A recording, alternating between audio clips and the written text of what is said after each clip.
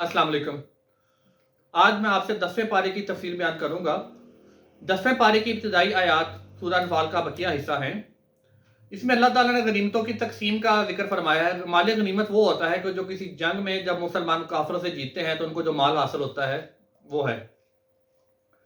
इसमें अल्लाह ताला फरमाया कि माल गनीमत का 5वां हिस्सा अल्लाह और उसके रसूल का है। वो जैसे चाहे नबी पाक सल्लल्लाहु अलैहि वसल्लम अल्लाह के हुक्म से उसको खर्च कर सकते हैं।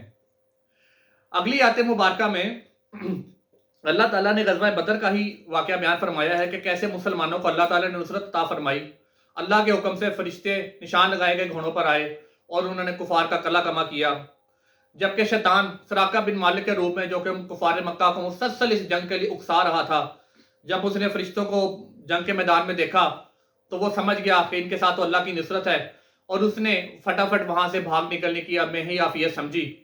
जब कुफार ने उससे पूछा सराका बिन मालिक से कि तुम अब क्यों भाग रहे हो, तुम तो हमें जंग के लिए मुसलसल तैयार कर रहे थे, तो उसने कहा जो मैं देखता हूं वो तुम नहीं देखते और अल्लाह की पकड़ बड़ी सख्त है, और वहां से भाग निकला। अल्लाह ताला ने ग़ज़वा बदर से हमें मुसलमानों को मुख्तलिफ असबाब दिलाए हैं कि कैसे बहुत कम तादाद बगैर मालूम असबाब के, बगैर अच्छी खुराक के और बगैर किसी साजो सामान के कैसे कुफार की एक बहुत बड़ी तादाद पर गलबा पाने में कामयाब हुई।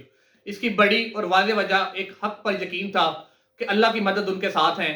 वो जो गिनती के चंद लोग थे जो 313 हमेशा के लिए तारीख में लिख दिए गए हैं कि वो अल्लाह के खास बंदे थे, वो 1000 की तादाद पर कैसे गालिब आए और उन्होंने कैसे दीन का झंडा बुलंद किया और तारीख में हमेशा के लिए अमर हो गए।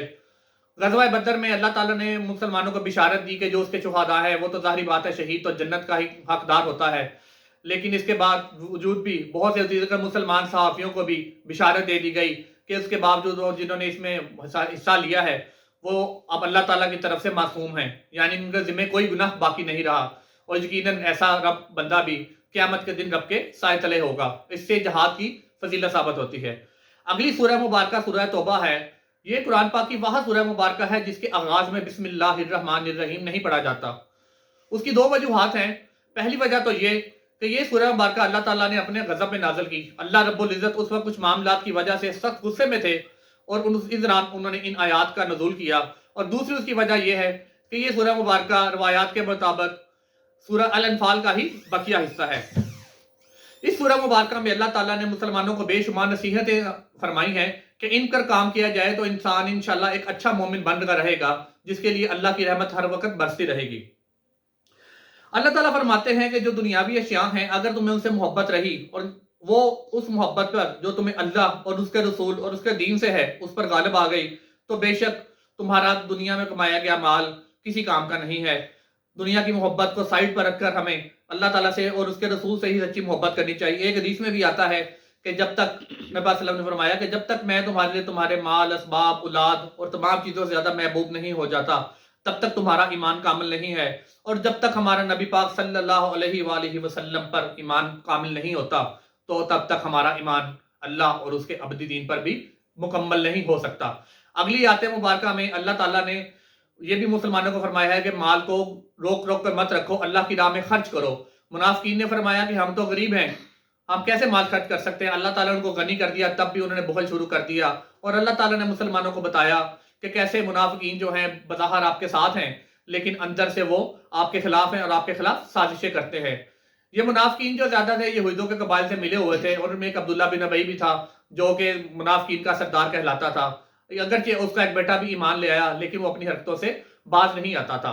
ग़ज़वा हुनैन का इसमें जिक्र है कि मुसलमानों को अल्लाह ताला ने इसमें मार्का हुनैन है कि अल्लाह ताला ने मुसलमानों को ना सिर्फ माली बल्कि अददी क़ुव्वत अता फरमाई और जंग की हालत के लिए तैयार रहने का भी हुक्म दिया कि मुसलमानों के पास जंग की हालत के लिए तैयार रहना चाहिए उनको, कि कभी भी कुफार उनको तंग करने के लिए, अल्लाह के नबी को तंग करने के लिए, इज़ा पहुंचाने के लिए, मुसलमानों पर गलबा पाने के लिए हमला कर सकते हैं। अगली आयत मुबारका में अल्लाह ताला ने ज़कात के मसारफ का बयान फरमाया है जो कि 8 हैं, जिनमें सबसे पहले अल्लाह ताला फरमाते हैं कर्ज देने के लिए फ़कीर मसाकीन को दे सकते हैं आप, जो नो मुस्लिम हैं उनको आप दे सकते हैं, जो ज़कात का माल इकट्ठा करते हैं, अल्लाह की राह में खर्च करते हैं लोग, उसके लिए आप खर्च कर सकते हैं। किसी कैदी को छुड़ाने के लिए ये माल खर्च किया जा सकता है। और अल्लाह ताला फरमाते हैं कि बेशक मेरी राह में जो माल खर्च करेगा क़यामत के दिन उसका बेशुमार बदला पाएगा। इसी सूरह मुबारका की अगली आयत में मुनाफिकीन का जहाँ पे दोबारा जिक्र किया गया है, उसी में आखिर में ग़ज़वा तबूक का जिक्र है कि कैसे اللہ تعالیٰ نے منافقین کو کھول کر اللہ تعالیٰ نے سامنے رکھ دیا کہ اللہ کے نبی نے جب ایک غزوے کے لیے غزوہ تبوک کے لیے تیار رہنے کا حکم دیا تو کچھ لوگ جو تھے منافقین وہ تو یہودی جو تھے اس میں قبائل وہ بد عہدی کی وجہ سے اپنے پیچھے رہ گئے، لیکن مسلمانوں کے کچھ لوگ ایسے تھے کہ جو اپنی سستی اور کم عقلی کی وجہ سے پیچھے رہ گئے، اور اللہ تعالیٰ نے نبی پاک صلی اللہ علیہ وسلم کو ان سے کنارہ کشی اختیار کرنے کا حکم دے دیا، جن میں سے 3 صحابہ ایسے ہیں کہ جن کو بعد میں جن کا نبی پاک صلی اللہ علیہ وسلم نے بعد میں سوشل بائیکاٹ بھی کیا اور بڑی دیر کے بعد ان کو جا کر معافی ملی۔ اس سے ثابت ہوتا ہے کہ جو اللہ کا حکم ہے وہی اللہ کے رسول کا حکم ہوتا ہے، اور جب اللہ تعالیٰ فرماتے ہیں وہی اللہ کے رسول فرماتے ہیں۔ جب جہاد کے لیے نکلا جائے تو کسی مسلمان کو پیچھے نہیں رہنا چاہیے، ماں سوائے کہ جس کی کوئی شرعی مجبوری ہو، اور وہ تمام معاملات اللہ تعالیٰ نے قرآن اور نبی پاک صلی اللہ علیہ وسلم نے احادیث میں بیان کر دیے ہیں۔ جہاد ہمارے مسلمانوں کے بنیادی عقائد میں سے ایک ہے اور افضل ترین رکن میں سے ایک گنا جاتا ہے۔ اللہ تعالیٰ سے دعا ہے کہ اللہ تعالیٰ ہم سب کو اللہ کی راہ میں جہاد کرنے کی توفیق عطا فرمائے۔ جہاز کولی بھی ہو سکتا ہے، بدنی بھی ہو سکتا ہے، مختلف طرح کا ہو سکتا ہے۔ اگلے پاری کی تفصیل میں انشاءاللہ میں اس کی تفصیل آپ کو بتاؤں گا۔ تب تک کے لیے اللہ تعالیٰ سے دعا کریں کہ اللہ تعالیٰ ہم سب نے اپنی رحمت نازل فرمائے۔ رمضان کا پہلا عشرہ مبارک آج مکمل ہو رہا ہے، اگلا عشرہ مبارک آج شروع ہو جائے گا۔ گنتی کے چند دنوں میں سے تیسرا حصہ گزر چکا ہے۔ اللہ تعالیٰ ہمیں باقی دنوں کی فضیلت سمیٹنے کی اور برکات سمیٹنے کی توفیق عطا فرمائے۔ السلام علیکم۔